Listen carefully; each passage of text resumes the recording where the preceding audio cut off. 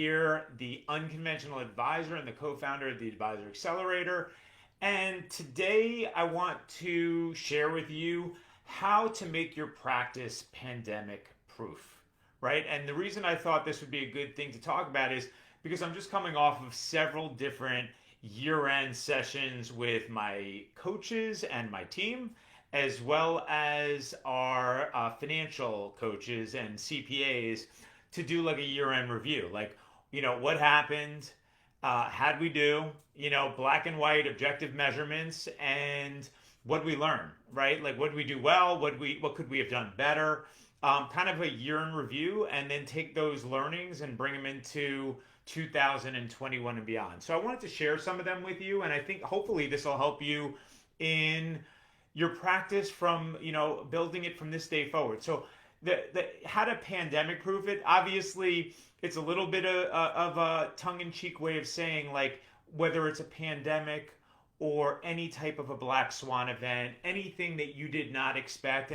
And with the world, the way it's becoming more and more uncertain and less predictable, we most of the things that we plan for aren't the things that affect us, right? It's usually the thing that you didn't plan for that can be a game ender. So the big idea in today's theme is that if you protect your downside, it'll take care of the upside, right? That the best chess players, the best investors, in general in the world ever, all have a plan for mitigating the losses that they would take in a catastrophic event or on their downside.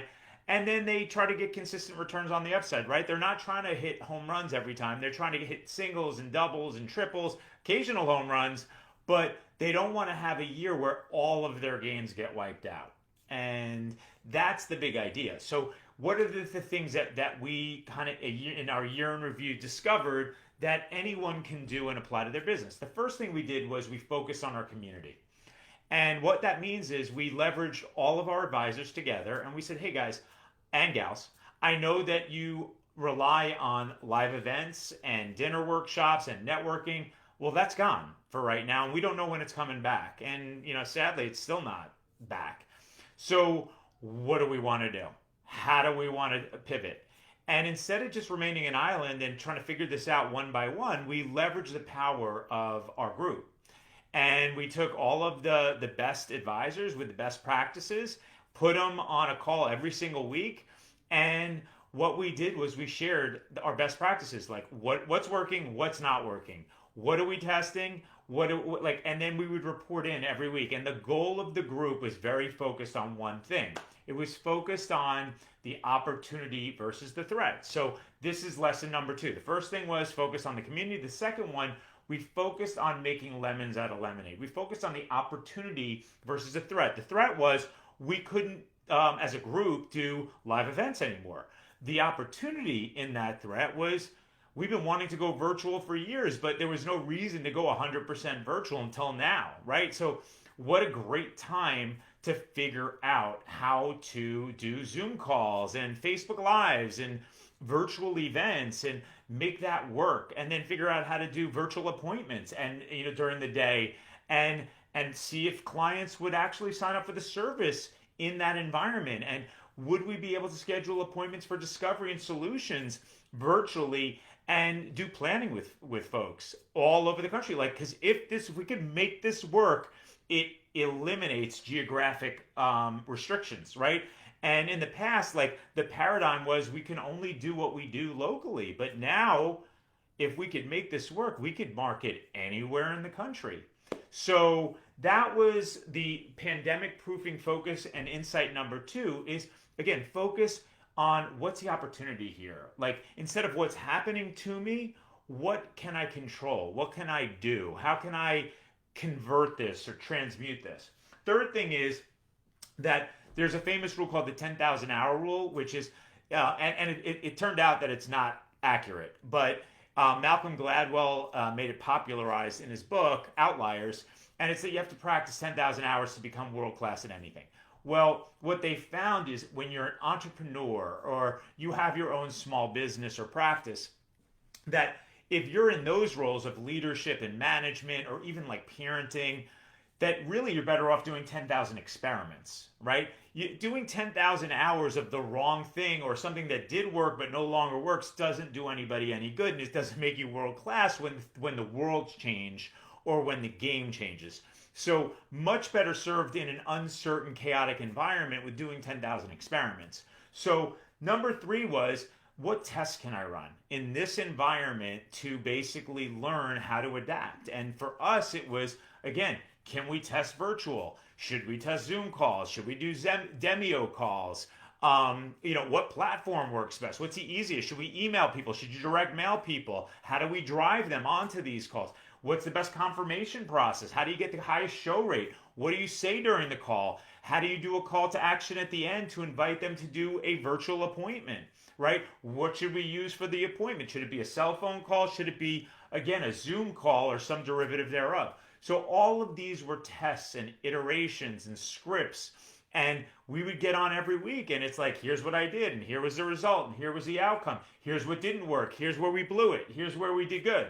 And this was like, it allowed us to have the benefit of a hive learning experience where it's like all the bees got together in that and we all shared this collective wisdom instead of just basing it one at a time on one test at a time. So all of us grew far faster, exponentially. The fourth thing is that all of us ruthlessly looked at and cut any non-essential expenses, right? All of us, if you've been in business any period of time or practice, you begin to build up a bunch of expenses, and some of them are necessary and a lot of them aren't. Like, they just don't get paid attention to. Well, when tides shift and cash flow is king, you need to look again at all of your expenses and apply the 80-20 rule. Like, what's 80% of our expenses, what 20% of our spending is responsible for, or what 80% of our spending is, what 20% of our spending is really the largest expenditures in our overall P&L. And, where can we modify that? Can we renegotiate? Can we get rid of or eliminate? Can we outsource? So this is a process that, to be honest, should be going on all the time, no matter where you are in your practice. But during a situation like what happened, it's critical, and it's critical that you do that fast. So that was the fourth thing. The fifth thing was that we personally all invested in coaches and consultants. If I could speak for myself, last year we spent well over $150,000 on coaching programs and coaches and consultants. Why? Because we were faced with a situation where we hadn't experienced going 100% virtual, and what was the best practice for lead generation using things like Facebook and YouTube and Google and LinkedIn and all these different mediums. And what's the best practice for running a virtual workshop? And what's the best practice for selling over in a virtual medium, high ticket services, and also what's the best approach for fulfillment and keeping clients for life? All of these things, right? We've done it for years in a different environment, and we said, hey, if it's a choice between time and money, I'd rather spend my money and basically accelerate my learning curve, right? Like, I'm sure I could learn it by myself and it would be less money out of my pocket, but really it's my time. Like, if it took us 6 months, a year, for many people that could be game over. So for us, we accelerated it and we spent money in order to hold on to our time and accelerate our learning from people who've seen the movie before, who've gone through what we've wanted to go through, who went virtual, who knew these mediums, who knew how to make them work. And we spent our money on them and got a massive ROI as a result of it as a group. So that was the fifth thing that we did, is we didn't stay penny wise and pound foolish, and it was scary. I mean, in a time frame where you're not generating as many clients or the normal ways of generating revenue are gone, that was a tough pill to swallow. But we did swallow it because we knew that was the way to survive. And then my last one, which is a bonus, was that it taught us all the lesson of diversification of your income sources. So I just want to name a couple. Like, are you doing life insurance? Are you doing annuities? Are you doing assets under management? Do you sell certain types of services that are fee for service, right? Do you have renewals? Maybe you do property and casualty. Again, what you find in these situations is the more non correlated revenue streams that you have in a business or a practice, the more you are insulated from loss, right? Just like in a portfolio, like when one asset group is up, another one might be down, but that's why you want to have a diversified portfolio. So I'm going to stop there. I hope you got a ton out of this insight. Again, it's really my 6 key ways to pandemic proof your practice. Again, leveraging your community, focusing on the opportunities versus the threats, doing 10,000 little tests, ruthlessly cutting non-essential expenditure, investing in coaches and consultants that can help you accelerate your learning curve, and finally maintaining a diversification of income sources, so no over-reliance on one thing. If this resonates for you and you are interested in tapping into a way to do all of these things, a community, a coach, a diversification of your revenue stream, and basically a way to make sure that your practice remains pandemic proof or anti-fragile in any situation, then go ahead and check out our www.starvingmarketspecialist.com. There's a free 60-minute masterclass which reveals our 3-step program for getting in front of a starving market, generating 5 to 15 qualified daytime virtual appointments per week, and signing up 2 to 3 new clients per week that are worth an average of $3,000 to $10,000 immediately and $25,000 to $250,000 over their lifetime. If that's of interest, again, go to www.starvingmarketspecialist.com. Again, this is Brian K. I'm the Unconventional Advisor.